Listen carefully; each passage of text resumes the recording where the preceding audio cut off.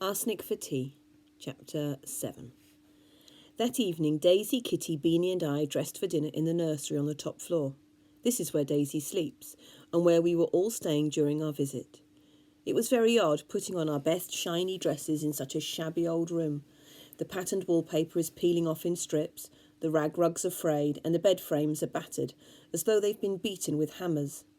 Candlelight from candles and holders shone on our faces and arms and made our dresses look soft and faded. Daisy's was rose shot silk, and I could feel the rest of us coveting it, me especially, even though rose makes me look ill and pale, like a goblin child. "Your aunt is very odd, but I like your uncle," said Kitty, brushing out her thick brown hair. "He's awfully handsome." I caught Daisy's eye and we smiled at each other. Kitty thinks everyone is awfully handsome. "Is he really a spy?" asked Beanie. "I know everyone says so, but—" Daisy made her face very mysterious. "I can't tell you that," she said. "If he were, I'd be revealing state secrets. I could be shot." "Oh!" Beanie covered her mouth with her hands. "Oh, I don't want you to be shot. I'm sorry." "Don't worry," said Daisy grandly. "I shall pretend it didn't happen." I saw Kitty roll her eyes. "I don't know who I prefer," she said. "Your uncle or your mother's friend? They're both quite glorious." "Mr. Curtis is not glorious," said Daisy sharply. "No, he isn't," Beanie agreed, fumbling as she tried to tie the ribbon at her waist. "He's not nice. He makes me feel wriggly, like looking at a nasty spider. Andy bumped into me earlier and shouted at me to look where I was going." I was shocked. Beanie is so small and sweet, and her big brown eyes are so worried, that it is quite awful to imagine anyone being cruel to her. "Oh, come here, Beans, and let me do it." Kitty dragged Beanie closer to the candle and tried to manage the drooping bow Beanie had tied. "I'm sure you misunderstood." "I'm sure she didn't," Daisy said to me in a low voice as we clattered down the stairs in our good patent shoes. I came down the servants' staircase earlier and surprised Mr. Curtis when he thought he was alone on the first-floor landing. He had his nose right up against the old blue and white pot that sits on the sideboard outside Aunt Saskia's room. I could practically feel him calculating how much it was worth. And then, he didn't see me behind him, he said something to himself. I think it was Ming. "Hazel, I don't like it. I've never even heard of him before, and now Mummy's being all chummy with him and letting him poke around without telling Daddy. How do we know he's not up to no good?" "Can't you talk to Uncle Felix again?" I asked. "If he could, help?" "Not if he keeps behaving the way he did earlier," said Daisy. "I don't know what's got into him. He's usually very good at listening to me, hardly like a grown-up at all." I felt more curious than ever about Uncle Felix. "We shall just have to watch Mr. Curtis this weekend," Daisy went on. "It may be nothing, like Uncle Felix said, but if he's wrong, well, I don't want to discover it too late. Mr. Curtis can't do anything if we keep our eyes on him. Yes?" "Yes," I said. "Do we tell Kitty and Beanie?" "No," said Daisy. "They'd only spoil things. Detective Society only." "Detective Society only," I repeated. Inside, I glowed. Was Mr. Curtis up to something? I wondered as we went into the dining room. I wasn't sure, but Daisy and I were on top secret Detective Society business again, and we would find out. Chapter 8. There was candlelight at the dinner table too, shining softly on the men's shirt fronts and all the lovely food heaped up on silver dishes.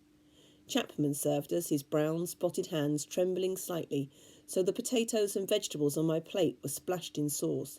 But I didn't mind, although Lady Hastings exclaimed quite crossly when some of it fell on her lovely bright green gown. Uncle Felix was being very jolly. He sat telling uproarious jokes to Bertie and Stephen, who had been so nervous he could hardly hold his fork, relaxed, straightened his back, and even began to laugh. I was watching this approvingly when Uncle Felix suddenly glanced over at me. His eyes, sharp and blue, just the way Daisy does when she is truly considering someone. I flushed red and looked down at the napkin on my lap, and when I looked up next he was pulling a face at Daisy as though he had never even been watching me at all. Daisy kept her face very prim and straight until Lady Hastings turned away to Mr. Curtis. Then she made the most marvellous monkey face back at Uncle Felix. Uncle Felix and Daisy were two of a kind, I decided. They were just as hidden as each other. Aunt Saskia was another matter. She fidgeted in her chair, her scarves billowing about her as she gulped down her wine, and dropped silver teaspoons and salt dishes into her little beaded reticule when she thought no one else was looking. I'd never seen anyone stealing anything quite so obviously, and I wondered whether I ought to mention it. Then I saw Lord Hastings looking at Aunt Saskia and sighing, and decided that he knew perfectly well already. I supposed that family was family, no matter what they did. But of course the person I was really watching was Mr. Curtis, and it was not hard to detect something odd in what he was saying. He went on and on about all the things in Fallingford, but what he said did not seem to match what Daisy had overheard earlier. "That vase on the first floor is a fake," he told Lord Hastings. "Margaret told me you thought it might be Ming, but I assure you it's nothing of the kind. Quite a cheap replica, and the furniture in a terrible state of repair. You haven't been caring for it at all. It needs seeing to, though it'll never regain its old value. Terrible, really terrible." "And I suppose you're volunteering yourself?" asked Lord Hastings, who seemed to be struggling to be a cheerful host. "I'm something of an antiques expert," said Mr. Curtis. "If you were interested, then perhaps—" "I won't hear of it," said Lord Hastings. "They're the family's things, and they'll stay in the family." He put his hands down on the table, and I could see that as far as he was concerned, that was the end of the matter. But Lady Hastings was looking at Mr. Curtis, and I saw her lips say, "Later," at him. She still wanted to sell to him, I realised. But what if he was not telling the truth about how much everything was worth? Daisy had heard him say Ming, and now here he was saying that the vase was not Ming. Was he lying? He must be. I looked at Daisy and saw that the nose wrinkle was back again. Had we really stumbled across a plot to con Lord and Lady Hastings? Someone else was watching Mr. Curtis too. I caught Miss Alston's eyes sliding over to him again and again. Her face remained very calm and proper, as though she didn't much care, but it happened far too often to be a mistake or idle curiosity. What was she doing? Mr. Curtis was still talking about all the things he had found at Fallingford, and being extremely rude about their value. Even Lady Hastings' jewels were unfashionably cut, and so worth hardly anything. It made me dreadfully uncomfortable. One of the most important things I have learned is that in England, the more money you have, the less you mention it. It becomes a funny sort of secret, one that you try to bury under dust and faded clothing. Even my father, who loves all things English, finds this odd. But Mr. Curtis did not seem to know this at all. "A new one could be worth 50 guineas at least," he said triumphantly. "I have one quite similar in my own house, but sadly in that state of repair. Perhaps only £4 or £5. Bertie made a face at Daisy, and Stephen looked simply horrified. I quite agreed with him. "But of course," Mr. Curtis went on, "this is still a fine old house, and it has a delightful hostess. Lord Hastings, your wife is simply a jewel with a face that could launch 1,000 ships." His teeth gleamed in the candlelight as he gave Lady Hastings another nasty, knowing smirk. "Ah, yes," said Uncle Felix, as Lord Hastings wriggled uncomfortably in his chair and clutched his knife and fork. "I remember how that story goes. Funny, I don't recall it ending so well." He gave Mr. Curtis a very cold stare, though through the lens of his monocle, and just for a moment Mr. Curtis wilted slightly.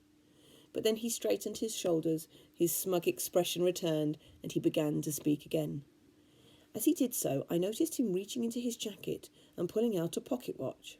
It was a fat gold thing, scrolled round with delicate leaves. Mr. Curtis rolled it carelessly between his fingers while he talked. We all gaped at it, and next to me Stephen muttered something under his breath. When I turned to him, he looked as disgusted as I felt. "How handsome!" Aunt Saskia was staring at the watch, and her eyes were glinting. She looked as though she wanted to lick her lips. "Oh, this?" asked Mr. Curtis jauntily. "A mere memento. I do like having beautiful things around me." "So you've said," remarked Uncle Felix in his most silky voice. They stared at each other down across the table. Everything had suddenly become very tense. "Goodness!" cried Lady Hastings. "What has got into you all? We ought to be celebrating. Let's have a toast to the party. May this weekend be absolutely perfect." Everyone raised their glasses and drank. The 4 of us had Robinson's squash and had to pretend it was wine. I looked around as we did so, though, and saw everyone staring not at Lady Hastings, but at Mr. Curtis. Lord Hastings was red in the face. Uncle Felix was pale and cold as he gazed through his monocle. Miss Alston was looking without seeming to again. Bertie was huffing with indignation. Stephen was still pale with disgust. And Lady Hastings was misty with a kind of cloying fondness that I hated to see. Only Aunt Saskia was staring at something else. Mr. Curtis's watch balanced next to his plate. I looked at them all and thought that this weekend would not be perfect at all. On the contrary, it seemed as though it was going to be quite awful. Or as I could feel Daisy thinking next to me, very interesting indeed. See you tomorrow.